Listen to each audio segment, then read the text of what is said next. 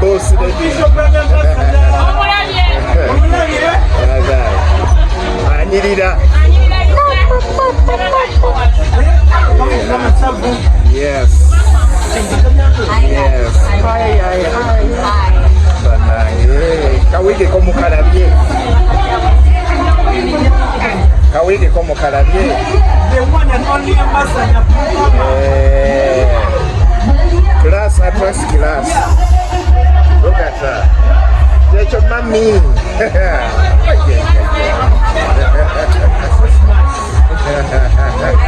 Hi guys. How are you? How we come? Visiting again. This is the shop we are opening up. Thank you for coming. I love you so much. Come on guys, come support. Today, 40% off. How we come loves you and appreciates you.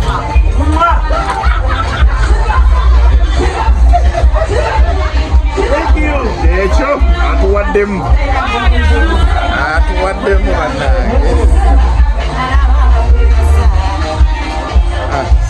Baby, where are you? Abakyala mwese olaba abakyala mwese kakomukalabye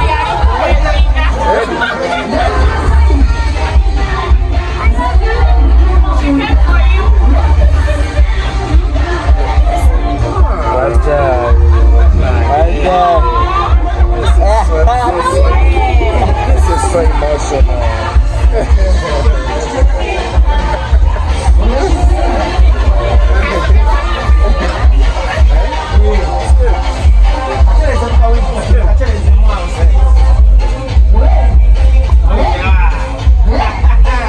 Tuliku hawi ubona buwigi golaba queen ayambadde abujja wano obwo bonna bulaba ayambadde abujja wano buwigi gwe twagala faananako nga shiva. Look at her. Alright. I can't fight for your man. Ani anayagala faananako nga queen. The queen. She's the queen. Ajala.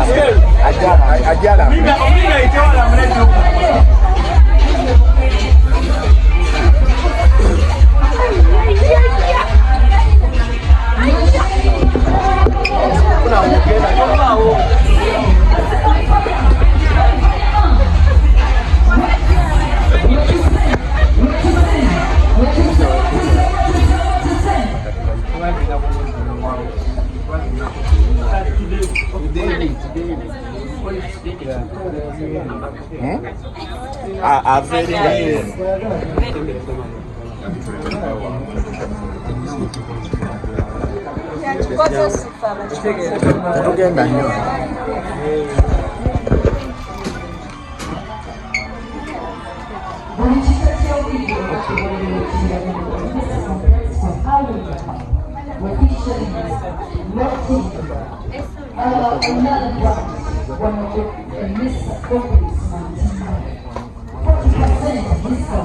Hi guys, thank you so much for coming. This is our home, how we come. Please come here for every type of wig, braids, burgundy, color, curly, every color, every type, we got it. Thank you so much. First of all, this is a woman business owned by a woman, servicing women. Let's support her. Today, 40% off. Nange mwakala baka braid kali nakatwala naifu na kutwala nene kano hakenda kugenda katwala. Thank you so much for coming.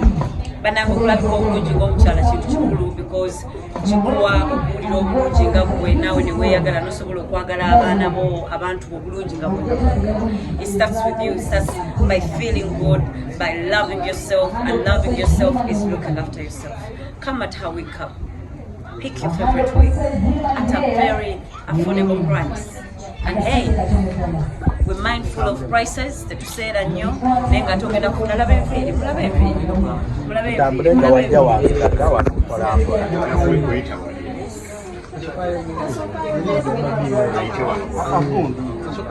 Alright. So thank you so much. Baita wano. Thank you so much. Abami namwe. Surprising ayo mchala unakawili. Mchala nafumbile miaka 10 katumugulira nga yo wigi. Mata emitwala abiri ana gulira yo mchala wigi. Je mtu alinga surprise. Gwe mubuze mugambe bana ekasine video iza kwango yagala ziriwa comment zino. Bojja kateke mga surprise. Bana nga jja kwaga. Kuba butono. Love your women because when they love themselves they will love you right. Okay, I love you guys. Women looking good is a must for us because it's not just only for the outlook but also for the in look. How you feel about yourself really matters, and how you look affects how you feel sometimes. I love you guys. Her Wig Hub is here to service you in any way that you want. Look at me.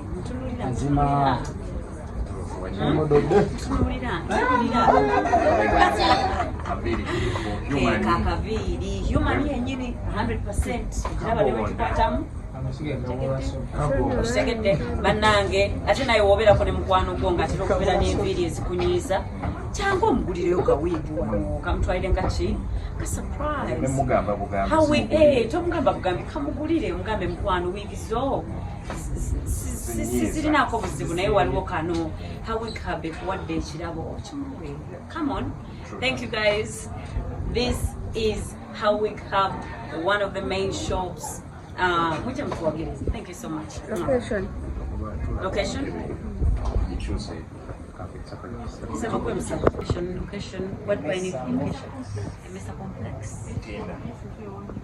Sorry, location is how we know to Emesa Complex. F01 Ntinda. Mucha mtuwagire. Bambi nkwegayiridde tovuma munno wiigi. Ekyo si kyekituufu. Gwagulirayo munoki wigi kimutwalire ng'ekirabo. Come on. Nange ngenda kuwaayo ku bantu abamu ku wigs. So tagging omuntu awo wansi gw'owulira nti Her Wig Hub yandeetaaze omuwaayo ku ki wig. Of course, giving back to society is also very important, right? Yeah. Tag whoever you think Her Wig Hub why no kuwayo chi wigi Shiba Karungi ne Her Wig Hub tugenda kukwatagana tumugulire ki wigi mutaginga awo batagenze reta dansolo. Thank you mutaginze. All right, ndoza checho ndoza checho badde njagala banjulira omukyala amanyi business z'abakyala munayisi nyangu omukyala okwewaayo n'agamba omanyi kanonye omukyala Shiba Karungi ajje ng'omukyala wa business tukulaga ne ffenna okulaba nga brand yange egenda wa maaso. Si kyangu kubanga munnange wabeerawo awo emiterera gye tulina okukola kuyitamu. So naye ng'omukyala alina business n'agamba ngenda kukola eno business kubanga nange ate njagala business yange egende wa mu maaso. So ne message endala behind this is abakyala, even when you're powerful, kolagana ne more powerful women so that you do some wonders. Kubanga munno kyalina oyinza okuba nga tokirina naye nga naawe kyolina ayinza okuba takirina naye nga bemukwatagana ng'ate mwenna mwe compliment nga collaborations. Ono mukama wange banaye mugoze ku mukama wange kabagambeko more about Her Wig Hub. Yeah, I'm CEO, Her Wig Hub UG, and the passion, like a change to business, you know, I'm the kind of person who loves transformation. We want to put each other in muchusa. In the banga say, mulala, now from banga looking up very good. Chimpuliza bulungi nnyo. La chokola banga almost like a quarter before this, but that after cancer yourself. Yes. So, echilala. I tried bad wigs and I love good wigs. So I was like, why not bring this to the people? I know. The quality, the wig that doesn't fade, doesn't shed, doesn't tangle. Okay. That's what I'm giving to the people. I'm giving value for money. I love that. And at something affordable. Yes. Ati bagame to say. So say that. Bagame kumiwenduja. Actually right now it's a discount. Yes. 40% discount. Can you imagine? That 40% discount cheyo. Brand ambassador for you to donate.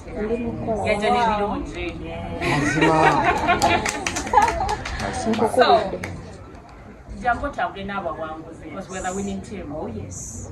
Abera ne Shiba bera mwangu. So join the queen. Join the queen though. Join me. Exactly. Join us. Bananga okuwulira obulungi ng'abakyala olina okusooka okulabika obulungi. Exactly. Oba tulabika bulungi tuyinza kuwulira bulungi. So it starts with how you look, then it goes to how you feel.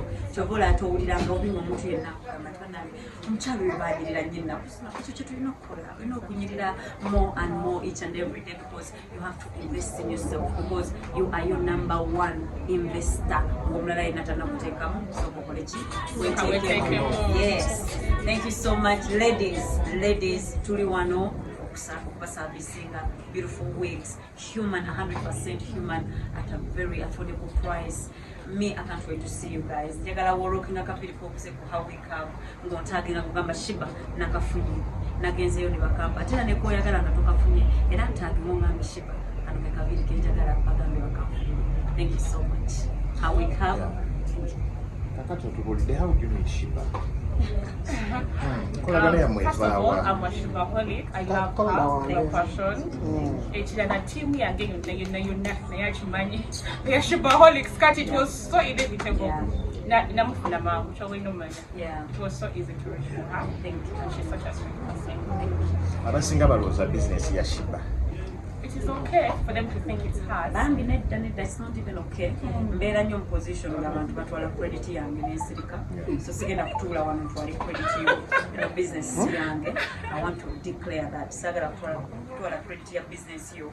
Abantu bachi misunderstanding. No. I don't know how much you've invested and how long you've put in to work this hard okubanga ina branches. Exactly. So sagala ekyo kitwala business ya mukyalo. Please temukimugjaako. That's very disrespectful. Next to that, yeah.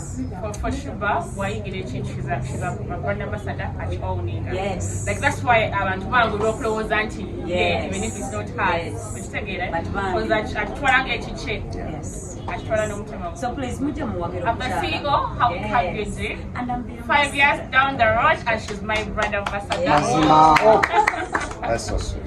Thank you for supporting us. Thank you for the love you showed us today. It is really overwhelming. Keep coming. Yes, keep coming. Banange njagala omukyalo nankubira essimu kubanga nange bwe mujja ne mumuwagira ate nange akasente eno kasigala kakolaki. So chain egenda ekola ki etambula. So twewagire.